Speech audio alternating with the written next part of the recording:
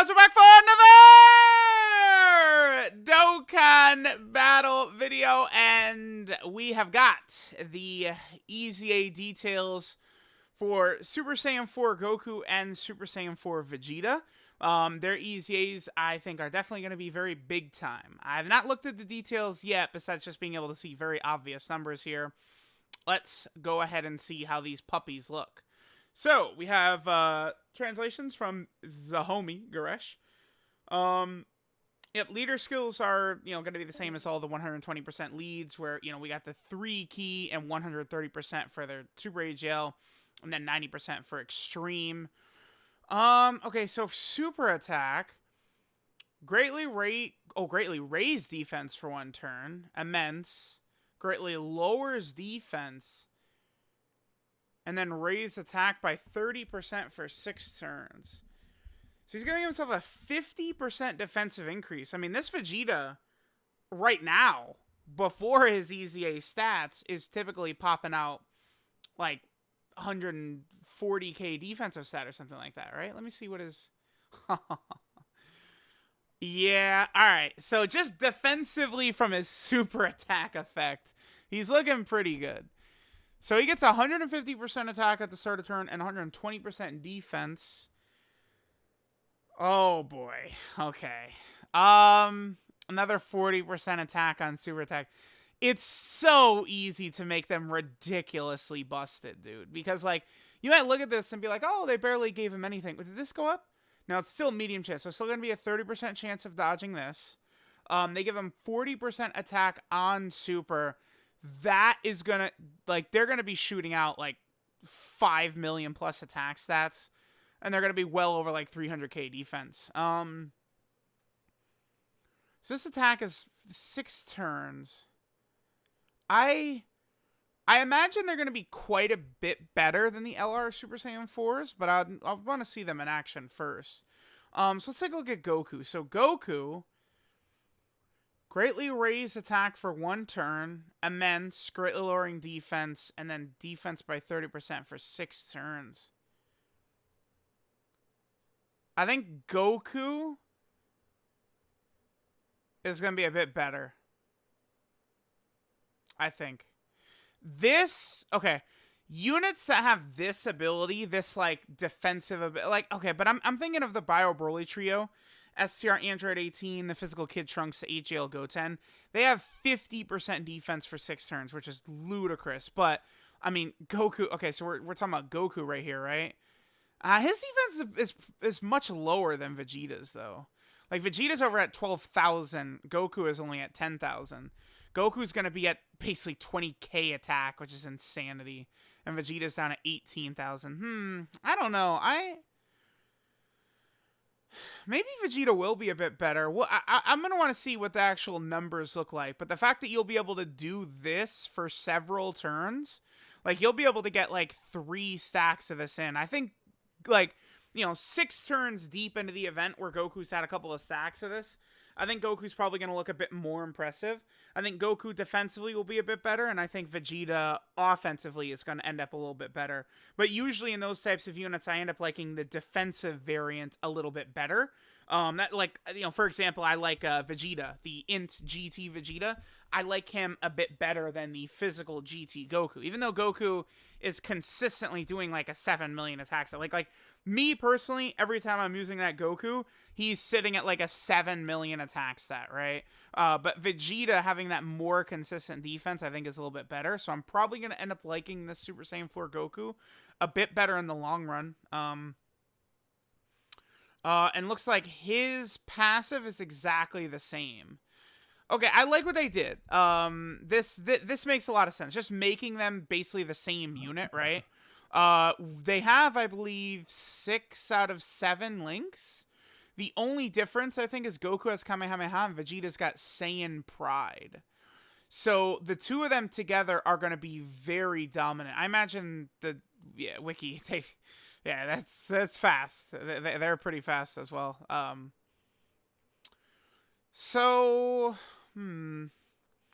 I mean, the thing about the Super Saiyan 4s, right, too, like, so you have GT, Prepared for Battle, and Shocking Speed. This is one thing I like about these OG Super Saiyan 4s more than the LR Super Saiyan 4s, is with GT prepared for battle and shocking speed, you're going to be able to work, I think, a lot better on a lot of these category teams than, say, the LR Super Saiyan 4s are. Because the LR Super Saiyan 4s, they've only got prepared for battle in GT. Not having shocking speed definitely does hurt, but then they also are requiring so much ki, right? That's the thing. Like, LR Super Saiyan 4 Vegeta can put up a very impressive performance, but, you know, sometimes it's difficult unless you have STR orbs or rainbow orbs available for him. It's difficult for him to be able to get that 18 key super attack consistently if you don't have like a rainbow orb changer around, right? Well, these two are going to be very easily getting their 12 key super attack with their great link set, right? And I mean, Super Saiyan 4s in general were massively buffed, right? Because like Saiyan Roar is now 25%, 10% defense. GT is getting another 10% attack and defense. You're getting all the extra stats from these. These Super Saiyan 4s are going to be crazy. They're going to be good on all of these teams. This is immediately, too, like a point that I always try and make with the difficult content. Because I have seen there's a lot of discussion right now about the GT Legendary Goku event. And some people sort of saying that like it's a bit too hard and some of the missions are unfair and stuff like that.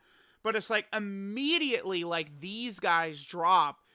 Like if you run these guys as a rotation, they're going to destroy the GT Legendary Goku event with this giant 8 power, like, for the category mission, right?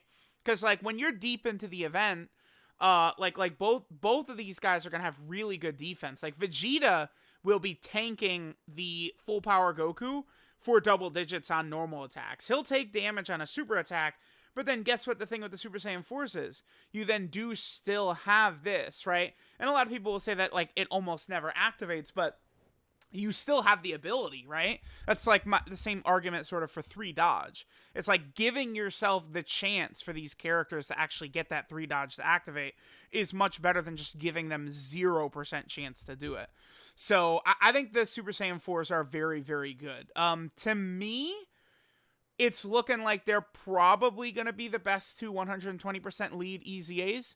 Because right now, I think I would put Janemba 1, then probably Int Gogeta 2 in terms of the 120% leads. I think Goku and Vegeta, they're going to be 1 and 2.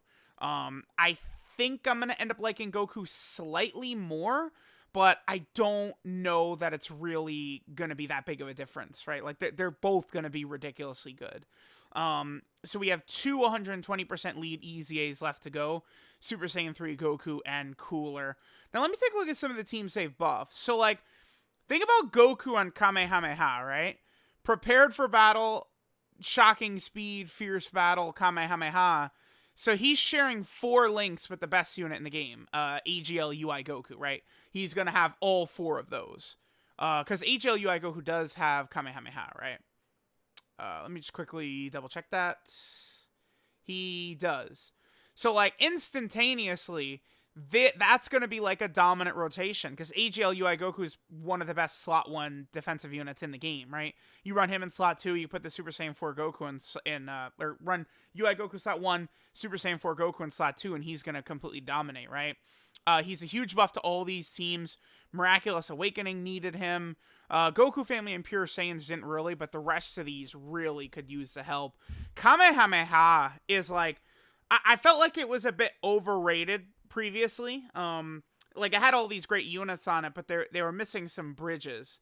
This Goku is a great bridge type character with multiple major key links like this. He is going to be a huge asset on a team like Kamehameha, right? And then obviously Miraculous Awakening as well definitely needs him. Now Vegeta is like, I would say, even more important because look at these teams Vegeta is on that really needs help. Shadow Dragon Saga, Vegeta Family, Worthy Rivals, Savior, Great 8 Power, Miraculous Awakening, Prodigal Warrior, GT Hero. Like, basically all these teams, except for, like, Prodigal Warrior and Pure Saiyans, needed extra units. Now, Prodigal Warrior, Vegeta is a great unit to have on there as well, because the thing about Prodigal Warrior is you have a lot of, like, Brolys on here, who, you know, a lot of them have shocking speed. You get a lot of Friezas on here as well, who typically have shocking speed. So, you know, if you've got Int GT Vegeta right there, you know, you could run some Friezas. Maybe you're fighting a Goku enemy, so you could run this Frieza right here. I believe he has shocking speed, right? Does he? Yeah, he does. So, like, then having AGL Super Saiyan 4 Vegeta on the team as well is going to really help you, having that shocking speed prepare for battle GT again. Like that makes them very good for these teams. So all of these category teams are ridiculously buffed, including Grade 8 Power, which currently is a mission for the GT Legendary Goku event. Also, keep in mind, I have been repeating this point lately as well, that the original Legendary Goku event does have a lot of category missions, but remember that they did add a bunch of these in waves, right? When the event first came out, you had these missions right here. Then later on, they added in all of these missions, right? So it does stand to reason that we are going to see additional missions added in for more categories in the future, right? So, you know, things like this, just huge buffs to a lot of these categories, are going to be really, really big. So, let me know what you guys think of the two Super Saiyan 4's EZAs. Again, just tentatively off of their details, I think I am going to like them as the number 1 and 2 120% lead EZAs. I'd probably put Janemba 3, Gogeta 4, Gotenks or Super 17 probably at 5, unless I'm missing someone. I think I'd probably do that. But the Super Saiyan 4s, they're looking crazy. Stats are super high. They have some of the best super attacks effects in the game. The passives are going to be insane. It's like, it seems like they didn't do that much. This is a huge deal. Like, the fact that they have the start of turn attack, super attack effect, and this, again, 5-6 million attack stats and shit like that with ease is what they're going to be doing. So they're both incredibly ultra powerful. So let me know what you guys think of the two EZAs. They're coming out, is it tomorrow on both Global and GP, or is it the day after? Let me check. It's the wiki will have a countdown for it. It's 2 days. Okay, yeah, 13th. Okay. So, Global NJP, see you guys then. Thanks for watching. Catch y'all next time.